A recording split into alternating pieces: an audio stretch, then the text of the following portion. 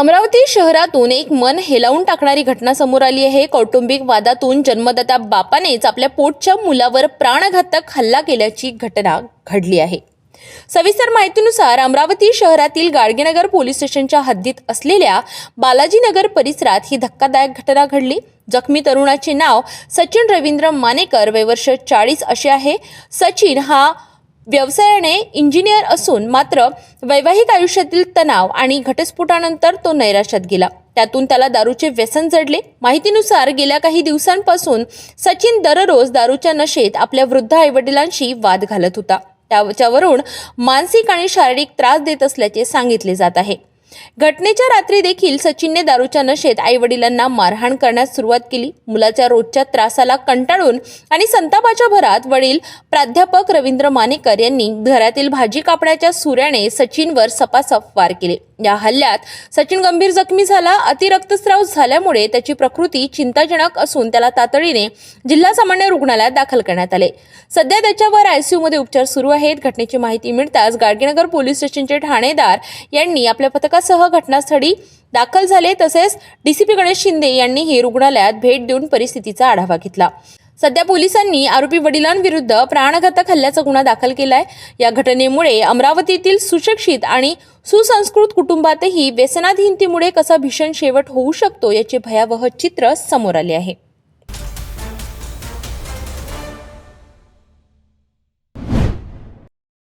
दर्यापूर फाट्याजवळ बुधवारी रात्री उशिरा तणाव निर्माण झाला।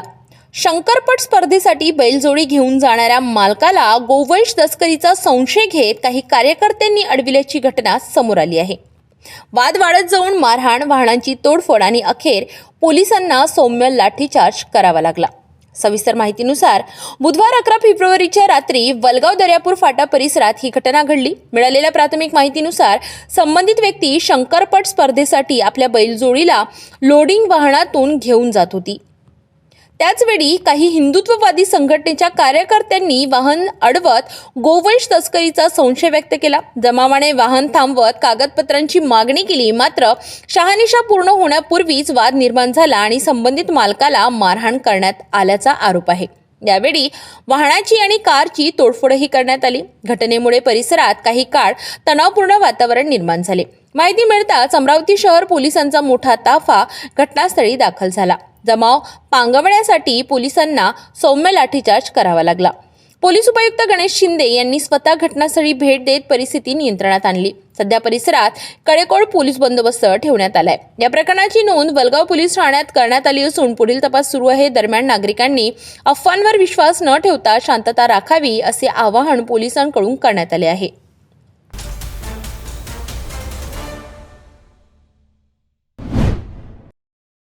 अमरावती शहरात अवैध धंद्यांना आळा बसावा यासाठी पोलीस आयुक्त साहेबांनी कडक पावले उचलण्याचे आदेश दिले होते। या आदेशावरून गुन्हे शाखेने गुप्त बातमीदारांकडून मिळालेल्या माहितीनुसार गाडगेनगर पोलीस स्टेशनच्या हद्दीत 2 वेगवेगळ्या ठिकाणी छापे टाकले। पहिली कारवाई तपोवन येथील लुंबिनी नगरमध्ये करण्यात आली। येथे अमर विजय गुडदे नावाचा 40 वर्षीय इसम जुगार चालवताना मिळून आला। त्याच्याकडून 19,010 रुपयांचा मुद्देमाल जप्त करण्यात आला आहे। दुसरी कारवाई नवसारी येथील महात्मा फुले नगरमध्ये झाली। येथे कैलास भाऊराव कोकणे याला ताब्यात घेण्यात आले असून त्याच्याकडून 1,740 रुपयांचा मुद्देमाल जप्त केला आहे। या दोन्ही कारवायांमध्ये एकूण 23,260 रुपयांचा मुद्देमाल पोलिसांनी ताब्यात घेतला असून आरोपींविरुद्ध महाराष्ट्र जुगार कायद्याअंतर्गत गुन्हे दाखल करण्यात आले आहेत।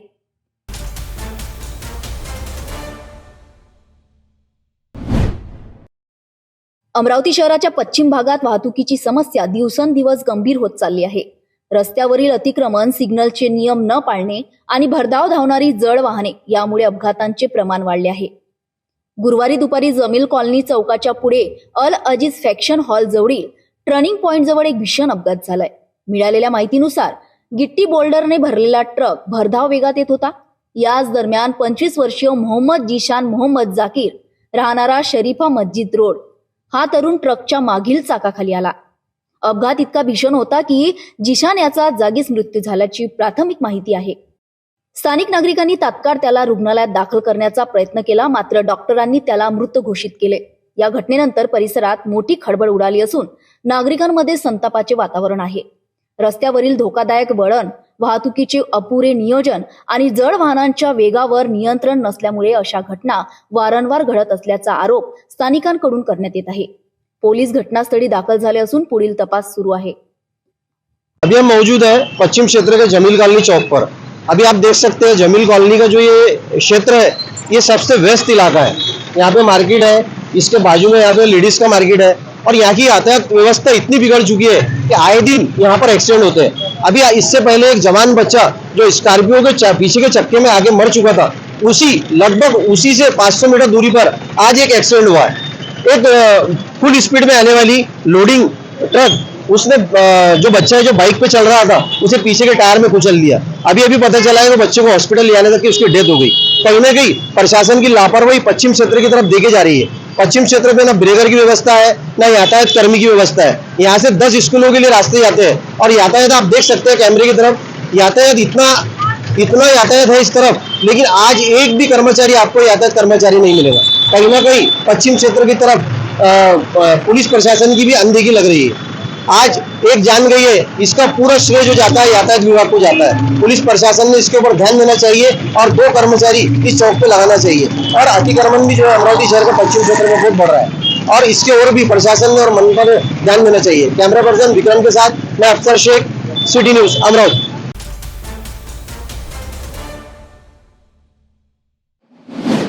अमरावतीकरांनो, श्वास घेताय की कचऱ्याचा वास घेताय असा प्रश्न विचारण्याची वेळ आता आली आहे. आठवडा झाला, नवीन महापौर आले, उपमहापौर आले, बैठकांचा धडाका झाला, पण अमरावतीचं काय? अमरावती अजूनही कचऱ्याच्या ढिगाऱ्याखाली दबलेलीच आहे. हे चित्र पहा. ही कोणती डम्पिंग ग्राउंडची जागा नाही, तर ही अमरावतीतील नामांकित ठिकाणे आहेत. होली क्रॉस शाळेचा परिसर असो वा खापर्डे बगीचा, जिथे सरस्वतीचे मंदिर आहे तिथेच कचऱ्याचा खच पडला आहे.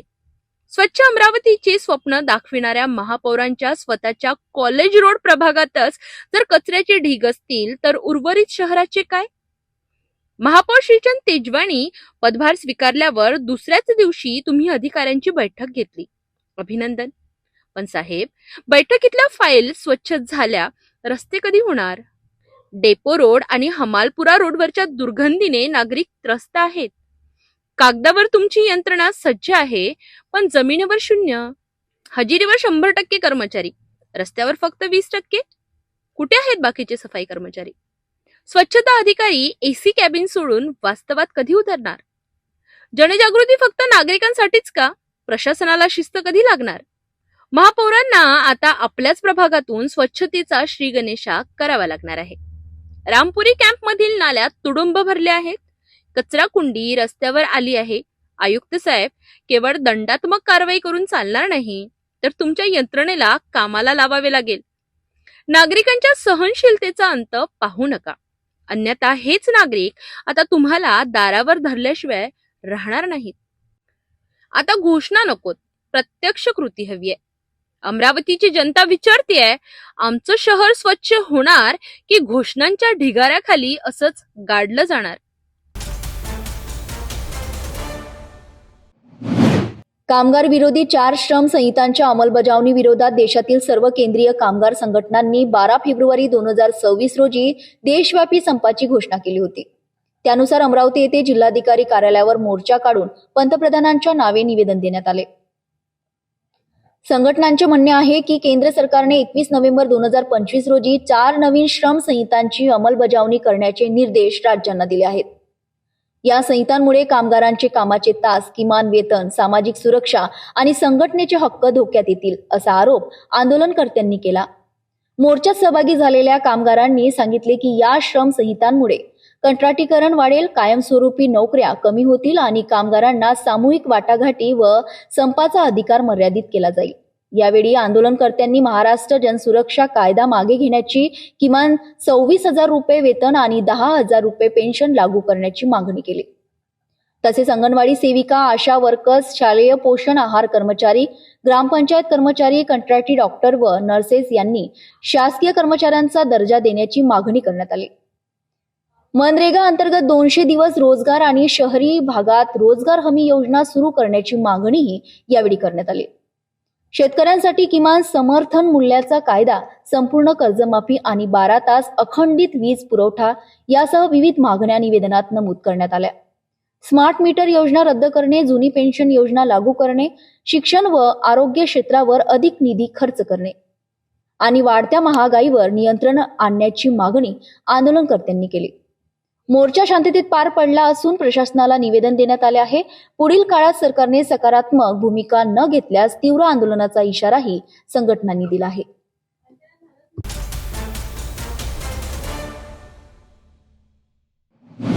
अमरावती जिल्हा परिषदेच्या जलसंपदा व लघु पाटबंधारे विभागामार्फत राबविण्यात येणाऱ्या ई-निविदा प्रक्रियेवर प्रश्नचिन्ह उपस्थित झाले आहे. 18 ऑक्टोबर 2023च्या शासन निर्णयानुसार समकक्ष सममूल्य काम ही अट केवळ 1.5 कोटी ते 5 कोटी आणि त्यावरील कामांसाठी लागू आहे. मात्र प्रत्यक्षात 1.5 कोटी व त्याखालील कामांसाठी देखील ही अट लावण्यात येत असल्याचा आरोप करण्यात आला आहे. यामुळे अनेक पात्र निवेदनदारांना अपात्र ठरविण्यात येत असल्याची शक्यता व्यक्त करण्यात आली आहे. संबंधित संस्थांनी याबाबत मुख्य कार्यकारी अधिकारी जिल्हा परिषद अमरावती यांच्याकडे लेखी तक्रार सादर केली आहे. तक्रारीत असेही नमूद करण्यात आले आहे की 10 लाख रुपयांच्या आतील मंजूर संस्थांची कामे समितीमार्फत देणे अपेक्षित असताना नियमांना डावलून ऑफलाईन पद्धतीने कामे लावून ती मॅनेज केली जात आहेत. याशिवाय खुल्या प्रवर्गातील तसेच सुशिक्षित बेरोजगारांसाठी असलेल्या कामांमध्येही मोठ्या प्रमाणावर अनियमितता झाल्याचा आरोप करण्यात आला आहे. सर्व कामांच्या बीड कागदपत्रांची चौकशी करण्याची मागणी करण्यात आली आहे. सर्वात गंभीर बाब म्हणजे लघु पाटबंधारे विभागाचे 6 लेखाधिकारी लक्ष्मण राठोड यांच्यावर निविदा उघडण्यासाठी पैशांची मागणी केल्याचा आरोप करण्यात आला आहे. काही अपात्र निविदा आर्थिक देवाणघेवाण करून पात्र केल्याचीही तक्रार करण्यात आली आहे. तक्रारदारांनी शासन निर्णयानुसार नियमाबाह्य अटी तात्काळ रद्द करण्याची, अपात्र ठरविण्यात आलेल्या पात्र निविदा ग्राह्य धरण्याची आणि संबंधित अधिकाऱ्यांवर चौकशी करून कारवाई करण्याची मागणी केली आहे. अन्यथा न्यायालयात दाद मागण्याचा इशाराही देण्यात आला आहे. आम्ही अमरावती जिल्हा मजूर सहकारी संस्थांचा संघ सर्व प्रतिनिधी इथे आज आलो आहोत. प्रत्यक्षात जिल्हा परिषद लघु पाटबंधारे विभाग मार्फत वेळोवेळी निविदा राबविण्यात येते, परंतु प्रत्यक्षात निविदेमध्ये नियमच्या बाहेर जाऊन नियमबाह्य अटी लावून निविदेमध्ये मॅनेज करण्याचा प्रकार सुरू आहे.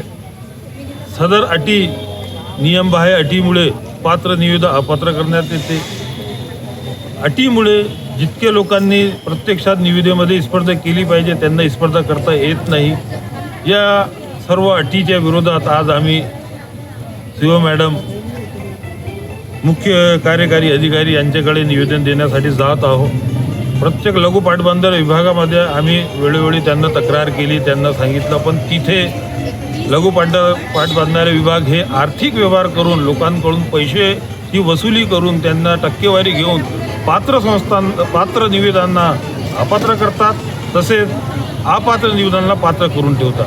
म्हणून आणि जे अटी ते लावत आहेत ते प्रत्यक्षात GR मध्ये कुठेही त्याचा उल्लेख नाही की 1.5 कोटी ते 5 कोटीचे वर कामासाठी समतुल्य कामाची अट लावण्यात आली असे स्पष्ट निर्देश या GR मध्ये लिहिलेला आहे. परंतु हे 10 लाखाचे वरील कामासाठी ही समतुल्य कामाची अट लावतात. क्षुल्लक असे कागदपत्राचे आधार घेऊन पात्र समजदार अपात्र करतात. ITR असो, PTRC असो, PTC असो, विनाकारांचे लोकांना त्रास देऊन गरीब मजूर सहकारी संस्थांना कामामधून वंचित ठेवण्याचा हा त्यांचा उद्देश आहे.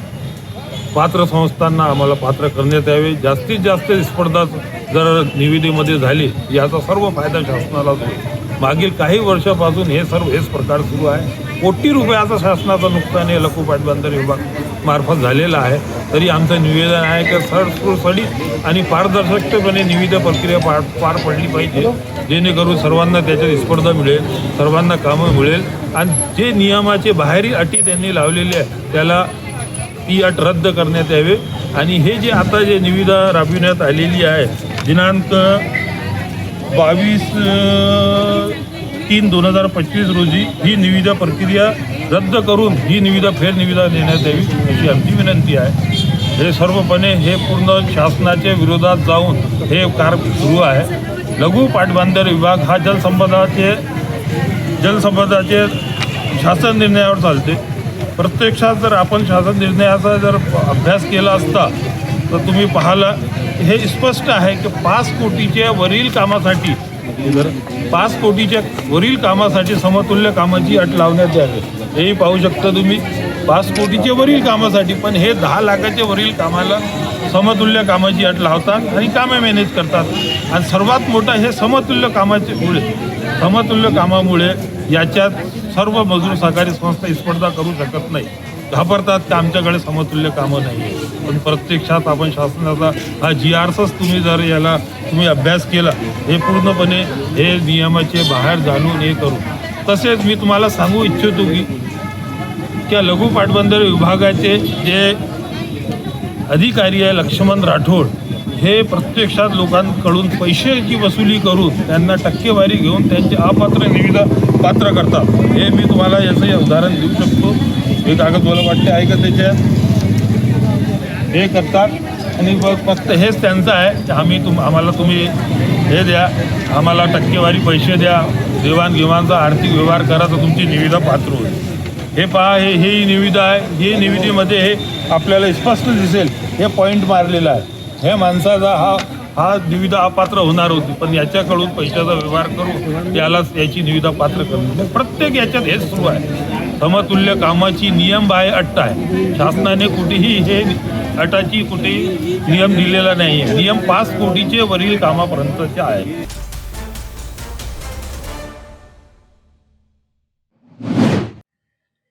अमरावती ग्रामीण पोलीस प्रक्रियेत शारीरिक चाचणीसाठी मोठ्या संख्येने गुरुवारी उमेदवार बोलविण्यात आले होते. 12 फेब्रुवारी 2026 रोजी एकूण 1000 उमेदवारांना हजर राहण्याचे आवाहन करण्यात आले होते. या प्रक्रियेत किती उमेदवार उपस्थित राहिले, किती उत्तीर्ण झाले आणि किती जण अपात्र ठरले, पाहूया सविस्तर. अमरावती ग्रामीण पोलीस भरती अंतर्गत गुरुवार 12 फेब्रुवारी 2026 रोजी शारीरिक चाचणी पार पडली. या चाचणीसाठी एकूण 1000 उमेदवारांना बोलविण्यात आले होते. त्यापैकी 794 उमेदवार प्रत्यक्ष हजर राहिले तर 206 उमेदवार गैरहजर राहिले. हजर राहिलेल्या उमेदवारांपैकी 739 उमेदवारांची शारीरिक चाचणी घेण्यात आली. यामध्ये 470 उमेदवार उत्तीर्ण झाले असून 269 उमेदवार अनुत्तीर्ण ठरले आहेत. तसेच शारीरिक मोजमापामध्ये 53 उमेदवार अपात्र ठरले. कागदपत्र पडताळणी दरम्यान 2 उमेदवार अपात्र घोषित करण्यात आले. संपूर्ण प्रक्रिया पोलीस प्रशासनाच्या देखरेखीखाली शिस्तबद्ध पद्धतीने पार पडली. पुढील टप्प्यासाठी पात्र ठरलेल्या उमेदवारांना प्रशासनाकडून लवकरच सूचना देण्यात येणार असे सांगण्यात आले. अशा प्रकारे अमरावती ग्रामीण पोलीस भरतीतील आजची ही शारीरिक चाचणी प्रक्रिया पार पडली.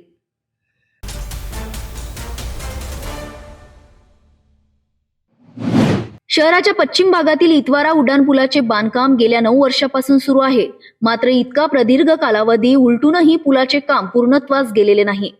परिणामी स्थानिक नागरिकांना रोजच प्रचंड वाहतूक कोंडी, धुळीचे ढग, मोठमोठे खड्डे आणि पर्यायी मार्गाच्या त्रासाला सामोरे जावे लागत आहे. नागपुर के एरिया में जो पुल बन रहा है, पिछले 9 सालों से ये पुल बन रहा है. आज इसकी व्यवस्था देखिए पुल की. पिछले 9 सालों से ब्रिज बन रहा है, लेकिन आज तक भी ये ब्रिज कंप्लीट नहीं हुआ है. कहीं ना कहीं ठेकेदारों की लापरवाही और प्रशासन की लापरवाही की वजह से इसका भुगतान जनता को करना पड़ रहा है. आप देख सकते हैं यहाँ की यातायात व्यवस्था इतनी बिगड़ चुकी है कि यहाँ से आने जाने के लिए भी लोगों को रास्ता नहीं है. अभी आने वाले कुछ दिनों में अभी रमजान का महीना शुरू होने वाला है. अब बताइए जनता इस रास्ते से कैसे गुजरेगी. प्रशासन ने इस ओर ध्यान देना चाहिए. प्रशासन ने ब्रिज बनने के पहले लोगों के आने जाने की व्यवस्था करनी चाहिए थी, लेकिन प्रशासन ने अभी तक भी इसके तरफ ध्यान नहीं दिया. प्रशासन का पहले से रवैया रहा, पश्चिम क्षेत्र की तरफ कोई भी काम को फास्टली अंजाम नहीं दिया गया. हमेशा कोई भी काम को कछुआ गति से चलाया गया. ये ब्रिज को पिछले 9 सालों से बनाया जा रहा है, लेकिन ये इतने कछुआ गति से चल रहा है. आप देख सकते हैं हमारे कैमरे की तरफ. अभी ये काम देखिए, ब्रिज को इस 26 तक कंप्लीट करना था, लेकिन अभी तक भी ये ब्रिज का काम कछुआ गति से चल रहा है. इस तरफ देखिए यातायात व्यवस्था इतनी बिगड़ चुकी है कि लोगों के आने जाने में कितनी मशक्कत करना पड़ रहा है. अभी आने वाले दिनों में रमजान शुरू होने वाले हैं और आप देखिए लोग अभी सामने देख सकते हैं, यहाँ पे स्कूल है.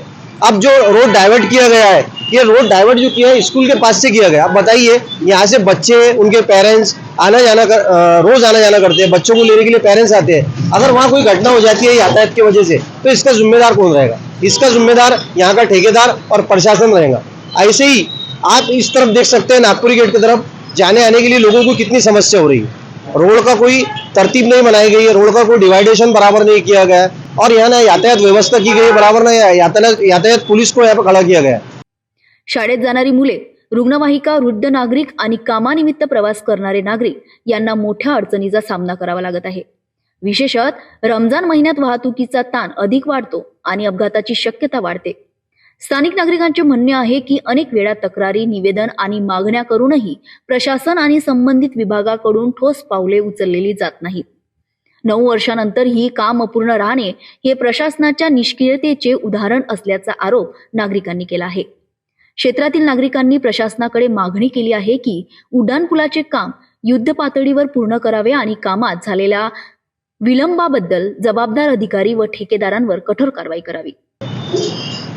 अभी आप देख सकते हैं मौजूद है नागपुरी गेट जो इतवारा से उड़ान पुल बन रहा है, हम वहाँ मौजूद है. अभी हम आपको दिखाएंगे इस पुल की जो स्थिति है. पिछले 9 सालों से ये पुल बन रहा है. ये अमरावती शहर का इसे हम 9वां अजूबा कहेंगे. इस ब्रिज को बनाने में पूरे 9 साल गुजर चुके हैं और यहाँ की यातायात व्यवस्था इतनी बिगड़ चुकी है कि आने जाने वालों के लिए चलना मुश्किल हो चुका है. अभी देखिएगा, अभी आने वाले रमज़ान है सामने. इस वक्त डिवाइडेशन किया हुआ है रोड का. ये एकेडमिक स्कूल जो है हमारी है, यहाँ से अभी रास्ते को डाइवर्ट किया गया है. अभी यहाँ से आने जाने के लिए इतनी तकलीफ है. पिछले 9 सालों से ब्रिज बन रहा है, लेकिन ब्रिज की हालत आप देखिए कितनी कछुआ गति से काम चल रहा है. अभी हम ब्रिज के ऊपर है, आपको दिखाएंगे. अभी इसके हालत देखिए.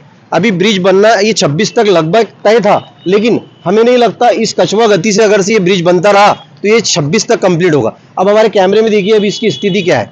अभी हम आपको यातायात व्यवस्था जो नीचे की वो भी दिखाएंगे.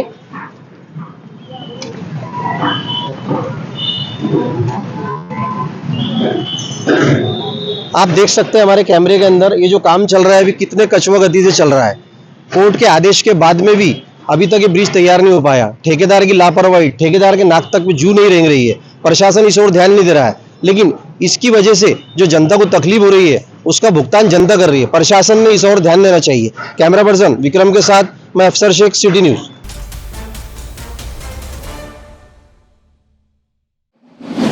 मराठी पत्रकार परिषदेशी संलग्न असलेल्या अमरावती जिल्हा मराठी पत्रकार संघाच्या वतीने 14 फेब्रुवारी रोजी शनिवारी सायंकाळी 4:30 वाजता श्री हनुमान व्यायाम प्रसारक मंडळाच्या स्वर्गीय सोमेश्वर पुसदकर ऑडिटोरियम येथे भव्य पत्रकारिता पुरस्कार वितरण सोहळा आयोजित करण्यात आला आहे.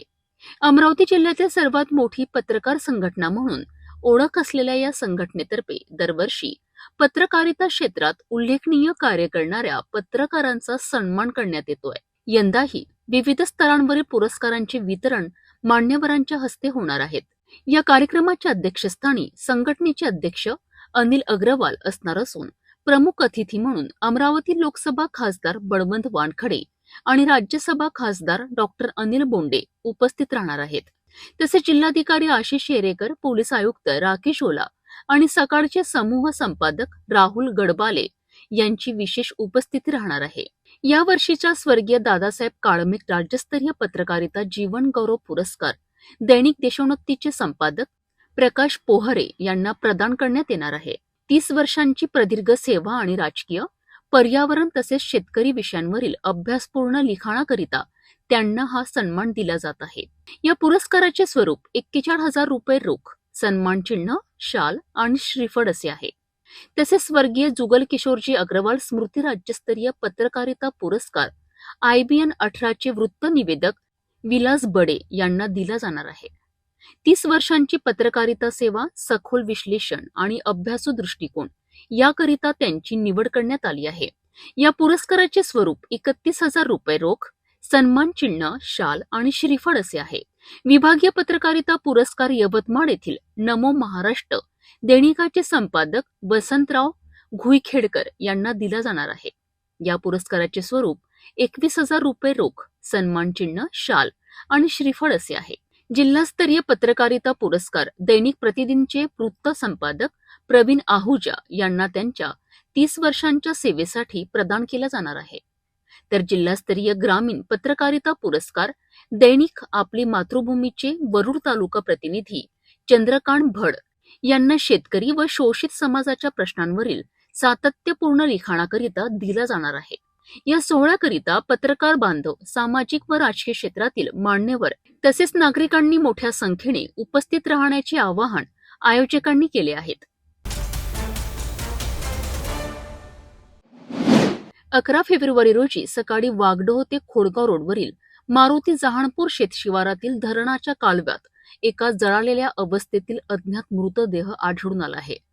ग्राम पोलीस पाटील यांनी दिलेल्या माहितीनुसार पथरोड पोलिसांनी घटनास्थळी धाव घेतली आहे. कालव्यात जळालेल्या स्थितीत मानवी मृतदेह आढळला तर जवळच 4 चाकी वाहनाच्या टायरच्या खुणा दिसून आल्यात. प्राथमिक चौकशीत मृताची ओळख पटली नाही. यावरून मृत व्यक्तीची ओळख पटू नये म्हणून दुसऱ्या ठिकाणी खून करून मृतदेह येथे आणून जाळण्यात आल्याचा संशय व्यक्त करण्यात आलाय. या प्रकरणी पथरोड पोलीस ठाण्यात गुन्हा नोंद करण्यात आलाय.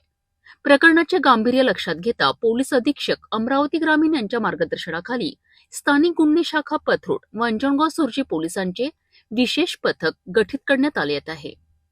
तांत्रिक पुरावे गोपनीय माहितीच्या आधारे तपासाची चक्रे वेगाने फिरू लागली आहे. तपासादरम्यान अंजनगाव सुर्जी येथील पद्मश्री हॉटेलचा मालक शुभम रॉय संशयाच्या भोवऱ्यात सापडलाय. कडक चौकशीत त्याने गुन्ह्याची कबुली दिली आहे. चौकशीत समोर आले आहे की आर्वी येथील प्रशांत महाजन यांच्यासोबत पैशांच्या कारणावरनं मृतक शेख शाहरुख शेख रहूप याचा वाद झाला होता. या वादातून प्रशांत महाजन, त्यांचा मुलगा टिकेश महाजन आणि अली अजगर यांनी शाहरुखचा खून करण्याचा कट रचला. अली अजगरने शाहरुखला पैशांचे आमिष दाखवून गावाबाहेर बोलावलेत.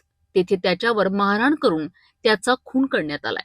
यानंतर मृतदेह 4 चाकी वाहनातून आर्वीहून अमरावती जिल्ह्यात आणण्यात आला. शुभम रॉय व त्यांच्या सहकाऱ्यांच्या मदतीने शहानूर धरणाच्या कालव्यात मृतदेह जाळून पुरावा नष्ट करण्याचा प्रयत्न करण्यात आलाय. या प्रकरणात टिकेश महाजन, प्रशांत महाजन, अली अजगर, शुभम रॉय, हर्षित गौर, निखिल गौर यांना अटक करण्यात आली आहे. तसेच एक विधी संघर्षित बालक ताब्यात आहे. आरोपींकडनं सुमारे 5,70,000 रुपयांचा मुद्देमाल जप्त करण्यात आलाय. सध्या पुढील तपास पथरोड पोलीस करीत आहेत. धामणगाव रेल्वे तालुक्यातील वाडोना गावाचे सरपंच प्रशांत हुडे यांचा एका भीषण अपघातात दुर्दैवी मृत्यू झाला आहे. ही घटना कुऱ्हा परिसरात घडली. मिळालेल्या माहितीनुसार प्रशांत हुडे यांनी आपल्या मुलाला 12वीच्या परीक्षेसाठी अंजनसिंगी येथील शाळेत सोडले होते. त्यानंतर ते एका नातेवाईकांसोबत कुऱ्हा येथे शंकरपट पाहण्यासाठी गेले होते. दरम्यान त्यांच्या शाईन दुचाकीला समोरून येणाऱ्या मालवाहतूक 4 चाकी वाहनाने जोरदार धडक दिली. धडक इतकी भीषण होती की प्रशांत हुडे यांचा जागीच मृत्यू झाला. या अपघातात सोबत असलेला एक युवक गंभीर जखमी झाला असून त्याला प्राथमिक उपचारानंतर पुढील उपचारासाठी अमरावती येथे रेफर करण्यात आले आहे. घटनेची माहिती मिळताच कुऱ्हा पोलिसांनी तात्काळ घटनास्थळी धाव घेत पंचनामा केला. मृतदेह शवविच्छेदनासाठी धामणगाव रेल्वे येथील ग्रामीण रुग्णालयात पाठविण्यात आला आहे. या दुर्दैवी घटनेमुळे वाडोना गावात आणि परिसरात हळहळ व्यक्त केली जात असून सर्व स्तरातून शोक व्यक्त केला जात आहे.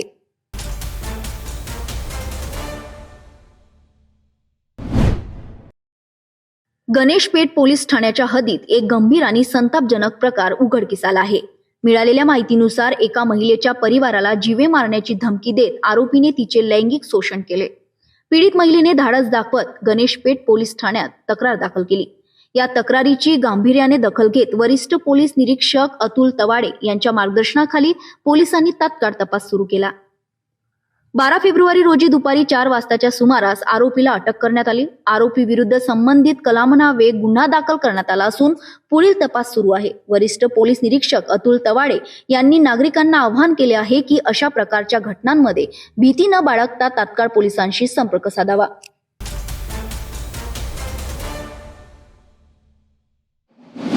सहा फेब्रुवारी रोजी खापरखेडा रेल्वे चौकाजवळील मातामाय मंदिराचे चॅनल गेट व दानपेटीचे कुलूप तोडून अज्ञात आरोपीने अंदाजे 12,000 रुपयांची चोरी केली आहे. या प्रकरणी खापरखेडा पोलीस ठाण्यात भारतीय न्याय संहिता कलम 331-305 नुसार गुन्हा दाखल करण्यात आलाय. 11 फेब्रुवारी रोजी चणकापूर येथील महालक्ष्मी मंदिरात दानपेटी फोडून अंदाजे 15,000 रुपयांची चोरी झाल्याची तक्रार दाखल झाली. या प्रकरणी गुन्हा क्रमांक 71 कलम 305 अंतर्गत गुन्हा नोंदविण्यात आला आहे. दोन्ही घटनांमध्ये साम्य आढळल्याने पोलिसांनी परिसरातील सीसीटीव्ही फुटेज तपासले असता आरोपी एकच असल्याचे निष्पन्न झाले. वरिष्ठ पोलीस निरीक्षक हरीश रुमकर यांच्या मार्गदर्शनाखाली विशेष पथक तयार करण्यात आले. चिचोली कोलार नदी परिसरात संशयित इसम दिसल्याची माहिती मिळाल्यानंतर पोलिसांनी सापळा रचला. पोलिसांना पाहताच आरोपी पळू लागला, मात्र पाठलाग करून त्याला ताब्यात घेण्यात आले. चौकशी दरम्यान त्याने आपले नाव आकाश तुळशीराम चौरे, वय 30 वर्ष, राहणार खापरखेडा असे सांगितले. विश्वासात घेऊन विचारपूस केली असता आरोपींनी दोन्ही मंदिरातील दानपेटी फोडून चोरी केल्याची कबुली दिली आहे. त्याच्या सांगण्यावरून नदीकाठच्या झुडपातून चोरीची रक्कम जप्त करण्यात आली आहे. या कारवाईत एकूण 15,604 रुपयांचा मुद्देमाल जप्त करण्यात आला आहे. आरोपीस अटक करण्यात आली असून पुढील तपास सुरू आहे. रेल्वे चौकी खापरगडा येथील मातामा मंदिर येथील दानपेटी फोडल्याबाबत दिनांक 7/2/26 पोलिसांना तक्रार प्राप्त झाली. त्याप्रमाणे फिर्यादीच्या सांगण्याप्रमाणे गुन्हा दाखल करण्यात आला होता. तसेच इन बिटवीन संबंधित आरोपीचा तपास करत असताना शोध सुरू असताना 11/2/2026 जवळपास दुपारी 3 वाजताच्या सुमारास महालक्ष्मी मंदिर चंकापूर येथील सुद्धा दानपेटी फोडल्याची तक्रार पोलिसांना प्राप्त झाली. त्यावेळी लगेच तपास पथकचे अधिकारी आणि कर्मचारी यांना सदर घटनास्थळी रवाना केले आणि रवाना करून तिथे प्राथमिक चौकशी केली. CCTV कॅमेऱ्याचे फुटेजवरून चेक करून आरोपीच्या शोध घेत असताना आरोपी हा कोलार नदीजवळ असल्याचे समजले. CCTVच्या माध्यमातून आरोपीला ताब्यात घेण्यात आले आणि आरोपीकडून मंदिर चोरीमध्ये चोरी केलेला मुद्देमाल हा हस्तगत करण्यात आलेला आहे. रामटेक पोलीस स्टेशन हद्दीत येणाऱ्या अंबाडा जलाशयात पोहण्यासाठी गेलेल्या एका 40 वर्षीय व्यक्तीचा बुडून दुर्दैवी मृत्यू झाल्याची घटना समोर आली आहे. सविस्तर माहितीनुसार रामटेक तालुक्यातील अंबाडा जलाशयात 11 फेब्रुवारीच्या रोजी ही दुर्दैवी घटना घडली. मिळालेल्या माहितीनुसार कुही तालुक्यातील हरदोली येथील रहिवासी देवीदास करामोरे हे रामटेक येथे आपल्या नातेवाईकांकडे आले होते. दरम्यान त्यांनी अंबाडा जलाशयात पोहण्यासाठी जाण्याचा निर्णय घेतला. मात्र पाण्याचा अचूक अंदाज न आल्याने ते खोल पाण्यात गेले आणि बुडाले. घटनेची माहिती मिळताच रामटेक पोलिसांनी तात्काळ घटनास्थळी धाव घेतली. स्थानिक गोताखोरांच्या मदतीने शोध मोहीम सुरू करण्यात आली. मात्र अंधार पडल्यामुळे शोध कार्य थांबावे लागले. दुसऱ्या दिवशी 12 फेब्रुवारी रोजी सकाळच्या सुमारास गोतेखारांनी मृतदेह बाहेर काढला. मृतदेह उत्तरीय तपासणीसाठी उपजिल्हा रुग्णालय रामटेक येथे पाठविण्यात आला. शवविच्छेदनानंतर मृतदेह नातेवाईकांच्या ताब्यात देण्यात आलाय. दरम्यान अंबाडा हे प्रसिद्ध तीर्थक्षेत्र असून येथे दररोज अस्थि विसर्जनासाठी हजारो भाविक येत असतात. अशा ठिकाणी सुरक्षेच्या उपाययोजनांचा अभाव असल्याची चर्चा आता पुन्हा एकदा सुरू झाली आहे. रामटेक नगर परिषदेचे नगरसेवक यांनी प्रशासनाकडे येथील CCTV कॅमेरे, कंट्रोल रूम, कायमस्वरूपी सुरक्षा रक्षक, तलावाभोवती संरक्षणात्मक रेलिंग आणि सूचना फलक लावण्याची मागणी केली आहे. या घटनेमुळे परिसरात शोककळा पसरली असून भविष्यात अशी घटना टाळण्यासाठी प्रशासनाने तातडीने ठोस उपाययोजना कराव्यात अशी मागणी स्थानिक नागरिकांकडून होत आहे. क्षेत्र अंबाडा तलाव येथे काही नातेवाईकांसोबत आलेला होता. तो काल पोहण्याकरिता या अंबाडा तलावामध्ये त्यांनी उडी घेतली आणि पोहासाठी त्यांनी प्रयत्न केला.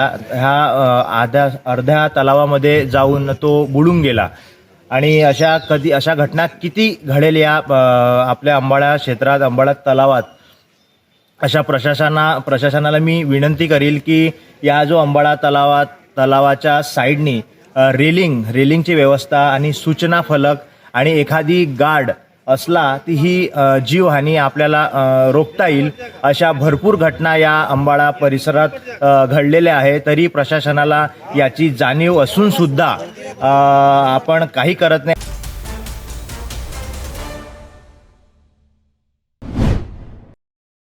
विदर्भाला हादरवणारी एक धक्कादायक घटना समोर आली आहे. देवदूत म्हणून ओळखल्या जाणाऱ्या एका डॉक्टरनेच उपचाराच्या नावाखाली 10 दिवसांच्या चिमुकलीची तब्बल 3 लाख रुपयात विक्री केल्याचा आरोप आहे. सविस्तर माहितीनुसार भंडारा गोंदिया जिल्हा वैद्यकीय क्षेत्राला हादरवणारी ही घटना. गोंदियातील बालाजी हॉस्पिटलचे डॉक्टर नितेश बाजपेयी यांच्यावर 10 दिवसांच्या मुलीची विक्री केल्याचा गंभीर आरोप आहे. माहितीनुसार एका दाम्पत्याने आपल्या नवजात मुलीला उपचारासाठी बालाजी हॉस्पिटलमध्ये दाखल केले होते. उपचार खर्च जास्त होईल अशी भीती पालकांना दाखविण्यात आली. त्यानंतर नागपूरच्या एका स्वयंसेवी संस्थेमार्फत मोफत उपचार होतील असे सांगून डॉक्टरांनी बाळ पालकांकडून आपल्या ताब्यात घेतले. मात्र प्रत्यक्षात या चिमुकलीला भंडाऱ्यातील पांढराबोडी गावातील एका महिलेला 3 लाख रुपयात विकल्याचे तपासात उघड झाले आहेत. महिला व बालविकास विभागाला मिळालेल्या गोपनीय माहितीच्या आधारे पोलिसांनी तातडीने कारवाई केली. घटनास्थळी पोहोचल्यावर संबंधित महिलेने बाळासह पळ काढण्याचा प्रयत्न केला, त्यामुळे संशय अधिक बळावला. पोलिसांनी बाळाला सुरक्षित ताब्यात घेतले. तपासादरम्यान 3 लाखांपैकी 1 लाख रुपये रोख, 1 लाखांचा धनादेश संबंधित महिलेच्या खात्यात जमा आणि उर्वरित 1 लाख रुपये 5 फेब्रुवारीला देण्याचे ठरले होते, अशी माहिती समोर आली आहे. या प्रकरणी पोलिसांनी संबंधित महिलेला अटक केली आहे. मुख्य आरोपी डॉक्टर नितेश बाजपेयी आणि इतर 3 आरोपी सध्या फरार असून त्यांचा शोध घेण्यासाठी पोलिसांची पथके रवाना करण्यात आली आहे. विदर्भभरात या घटनेने संतापाची लाट उसळली असून यामागे मोठे रॅकेट आहे का याचाही तपास सुरू आहे. उपचाराच्या नावाखाली बाळांची विक्री हा प्रकार संपूर्ण समाजाला हादरवणारा आहे. महिला आणि बालविकास विभागाअंतर्गत असलेल्या हेल्पलाईनवरती दिनांक 2 तारखेला एका भंडारा जिल्ह्यातील रहिवासी असलेल्या महिलेने अंदाजे 10 दिवसाची बालिका तिच्या घरी आणले असल्याचे तक्रारीमध्ये सांगितले असल्याने कार्यालयातील चमूकडून त्या महिलेच्या घरी भेट देण्यात आली. सदर भेटीवेळी त्या महिलेकडे ते बाळही आढळून आले. अधिक माहितीकरिता व त्यांनी केलेल्या कारवाईची शहानिशा करण्याकरिता त्यांना कार्यालयात बोलावले असता त्यांच्याकडून कुठलेही सहकार्य प्राप्त झालेले नाही. दिनांक 3 तारखेला सुद्धा टीमकडून भेट देण्यात आली, त्यावेळेस ती महिला गैरहजर होती, घरी आढळून आलेली नाही. परत 3 तारखेला सायंकाळी त्यांच्याकडे व्हिजिट केली असता मिळालेल्या गोपनीय माहितीनुसार ते सदरचे बालक गोंदिया येथील असून त्यांना पळवून नेत असल्याची माहिती प्राप्त झाल्याने तात्काळ पोलीस निरीक्षक पोलीस स्टेशन वरठी यांच्याशी समन्वय साधून संपर्क करून ते वाहन मौजा कुसारी फाटा मोहाडी तालुका या ठिकाणी पोलिसांद्वारे रोखून धरण्यात आले होते आणि आमची जिल्हा महिला बाल विकास अधिकारी कार्यालयातील चाइल्ड हेल्पलाईनची टीम आणि जिल्हा बाल संरक्षण कक्षाच्या टीमने त्या वाहनासह बालिकेला आपल्या ताब्यामध्ये घेतले आणि त्या सदर बालिकेला अधिक तपासणीकरिता सामान्य रुग्णालय भंडारा येथे त्याच दिवशी दाखल केले आहे आणि सर्व हे आरोपीच्या संदर्भामध्ये पोलीस स्टेशन वरठी येथे गुन्हा नोंद करण्यात आलेला आहे.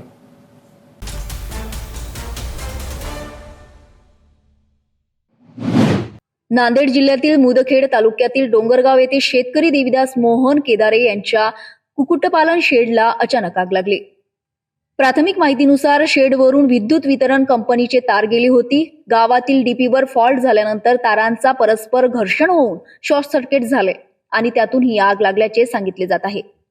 आग इतकी भीषण होती की काही क्षणातच संपूर्ण कुक्कुटपालन शेड आगीच्या भक्ष्यस्थानी पडले.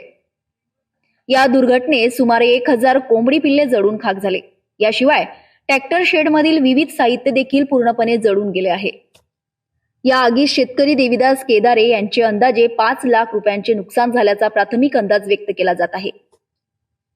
घटनेनंतर परिसरात हळहळ व्यक्त होत असून शेतकऱ्याने शासनाकडे तातडीने पंचनामा करून आर्थिक मदत देण्याची मागणी केली आहे. इथं देविदास केदारे आमच्या बंधूचा पोल्ट्री फार्म आहे आणि काल अचानक शॉर्ट सर्किटला झाल्यामुळं MACBचा तार बाजूला आहे, त्याच्यामुळं वरी शॉर्ट सर्किट झालं आणि त्याच्यामुळे या आमच्या शेडला आग लागली आणि त्या आगीमध्ये पूर्ण जवळपास 1000 पिले कोंबड्याचे, त्याचे आणलेलं खाद्य आणि ह्या ट्रॅक्टरला सुद्धा आग लागली आणि इतर साहित्य फाळ्या होत्या, याच्यामध्ये हे आहे, फ्रीज आहे, लाईट आहेत, असं पूर्ण जवळपास मिळून 4 ते 5 लाख रुपयाचे नुकसान झालेलं आहे. काय मागणी काय मागणी काय आमचं एवढंच म्हणणं आहे की शासनाकडे हे जे काय आमचं नुकसान झालेलं आहे त्याची आम्हाला भरपाई द्यावी, आम्हाला काही शासनाकडून मदत व्हावी. MACBचे इंजिनियर साहेब आले होते, तसेच पोलीस स्टेशनचे PI साहेब आले होते, मंटाळे साहेब, आणि तलाठी साहेब येऊन यांनी सुद्धा पंचनामा केलेला आहे सदर या घटनेचा, या स्पॉटचा. तर आम्ही शासनाकडे म्हणजे MACBला तशी विनंती अर्ज दिलेला आहे की बाबा आम्हाला या झालेल्या आमच्या नुकसानीची भरपाई देण्यात यावी. किती होते पिल्ले? पिल्ले याच्यामध्ये 1000 पिल्लू होतं, जवळपास 70-80 हजार रुपयाची पिल्ले आणि जवळपास 8-9 क्विंटल खाद्य होतं, इतर साहित्य होतं, तर ट्रॅक्टरचे काही सामान होतं, ट्रॅक्टरच्या टॉपला जळाला, त्याचं सुद्धा खूप नुकसान झालेलं आहे. त्या अंदाजे 4 ते 5 लाख रुपयाचं नुकसान झालेलं आहे. तर आमचं म्हणणं आहे की शासनाला आम्हाला हे झालेलं जे नुकसान आहे त्याची तात्काळ आम्हाला मदत शासनानं करावी.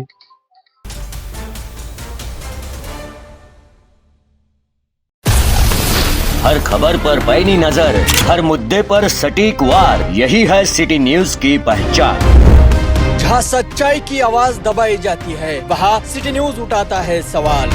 हर स्क्रीन पर, हर प्लेटफॉर्म पर हमारी मौजूदगी बोलती है। सिटी न्यूज हमेशा सच के साथ।